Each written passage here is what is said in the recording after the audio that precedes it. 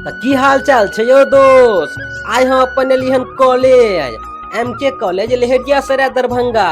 ओना तो हम ई कॉलेज से साल 2022 में ग्रेजुएशन पास क गेली, लेकिन ई कॉलेज के जेते प्रोफेसर सर सब ये हुनकर याद आ जाइए।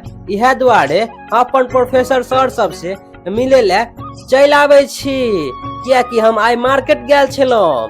ई कॉलेज बहुत निक छै आ पूरा बुझियो प्राकृत से हरा भरा छै।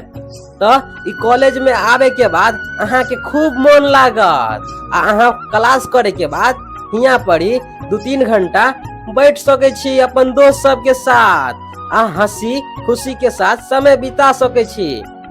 ई कॉलेज की स्थापना 21 सितंबर साल 1970 ईस्वी में भेल।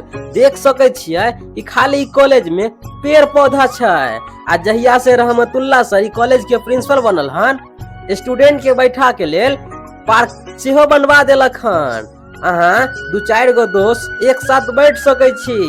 ई कॉलेज में हम आवे छी तो हमरा बड़ निक लगैया, तो हम कॉलेज में खूब बैठली, दोस्त सब के साथ फोटो सब खिंचेली।